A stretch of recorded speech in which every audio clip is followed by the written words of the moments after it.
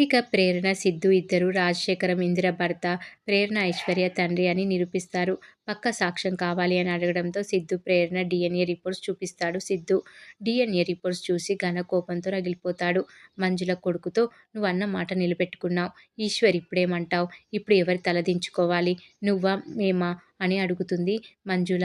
ఇక ప్రేరణ ఏడుస్తూ ఇప్పటికైనా అందరూ నిజం తెలుసుకున్నారు. ఈ రోజు కోసమే ఎదురు చూస్తున్నాం అని అంటుంది. ఇందిర ఏడుస్తూ నేనే తప్పు చేయలేదు అని అందరికీ నిజం తెలిసింది. నా కూతుళ్ళ మీద పడిన మచ్చపోయింది. ఈ క్షణం చూడడం కోసమే నేను బతికున్నా. దయచేసి ఎవరు చెప్పుడు మాటలు నమ్మకండి. మా గురించి నిజం తెలుసుకున్న వాళ్ళు ఇకనైనా మమ్మల్ని నమ్మండి అని ఇందిర అంటుంది. ఇక రాజశేఖరం సిద్ధు ప్రేరణని పెళ్లిపీటల మీద కూర్చోబెడతాడు. చిన్నోడా అమ్మని తీసుకురారా అని ఐశ్వర్యకి చెప్తాడు. మంజుల సంతోషంగా భర్తని తీసుకొని వెళ్తుంది. పెళ్లి వేడుక మొదలవుతుంది. రాజశేఖరం ఇందిర సిద్ధు కాళ్ళు కడిగి కన్యాదానం చేస్తారు. తర్వాత సిద్ధు ప్రేరణలు జీలకర్ర బెల్లం పెట్టుకుంటారు. ఘన ముఖం మాడిపోతుంది. తర్వాత సిద్ధు ప్రేరణ మెల్లో తాళి కడతాడు. అందరు అక్షంతలు వేసి చాలా సంతోషపడిపోతూ ఉంటారు. ఇక ప్రేరణ సిద్ధుల పెళ్లి సంతోషంగా పూర్తవుతుంది. అది చూసి ఘన ఈశ్వరి వెళ్ళిపోతారు. ఘన ఏంట్రా ఇలా జరిగింది? ఆ ప్రేరణ జీవితంలో తల ఎత్తుకోలేదు అనుకుంటే ఇలా మనం తలదించుకునేలా చేశారు అని ఈశ్వరి ఘనతో అంటుంది. ఇదంతా ఆ పిరికివాడి నోరు తెరవడం వల్లనే అని ఘన అంటాడు. మన పరువు పోయింది. ఇప్పుడు ఎలా రా అని ఈశ్వరి అంటే వాళ్ళు నిజం నిరూపించడానికే అతన్ని తీసుకెళ్లారు. ఇదంతా మన కోసం చేసిన ఛాలెంజ్ కోసమే చేశారు. నాకు తెలిసి అతను ఇక్కడికి ఖచ్చితంగా వస్తారు అని ఘన అంటాడు. వద్దురా వద్దు, అసలు ఆయన ఇంటికి రావడానికి వీల్లేదు అని చెప్పిన ఒక్క మాట వల్ల మన జీవితాలు తలకిందులైపోయాయి. నేను ఆయన్ని ఒప్పుకోను. నాకు ఆయన ఇష్టం లేదు అని అంటుంది ఈశ్వరి.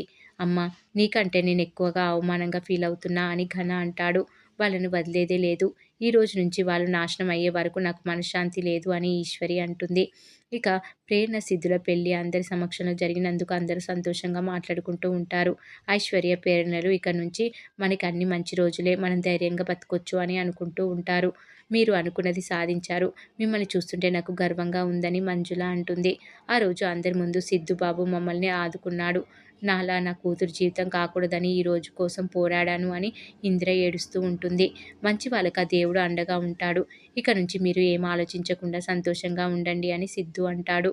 ఇన్ని రోజులు నువ్వు పడ్డ కష్టాలు చాలు. ఇక నుంచి సంతోషంగా ఉండు ప్రేరణ.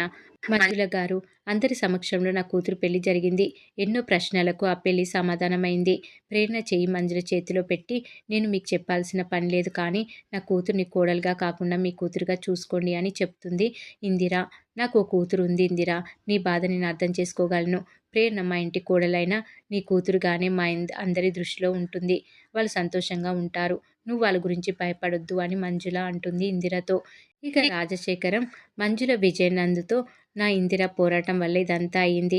మీరు మాకంటే చాలా గొప్పవాళ్ళు. నా కూతుర్ని బాగా చూసుకుంటారని నాకు తెలుసు. కానీ ఓ ఆడపిల్ల తండ్రిగా నేను చెప్పాల్సిన మాట ఒకటి ఉంది. నా వల్ల నా పిల్లలు, నా భార్య ఎన్నో కష్టాలు అనుభవించారు. ఇక వాళ్ళు సంతోషంగా ఉండాలి.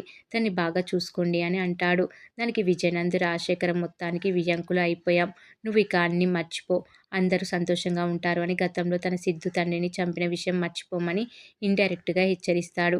ఇక ప్రేరణ సిద్ధులు అందరి దగ్గర ఆశీర్వాదం తీసుకుంటారు. తర్వాత ప్రేరణ తల్లిని పట్టుకొని ఏడుస్తుంది. ప్రేరణ సిద్ధులను తీసుకొని మంజుల వాళ్ళు బయలుదేరుతారు. మరి ఏం జరగబోతుంది అనేది రాబోయే ఎపిసోడ్‌లో తెలుసుకుందాం.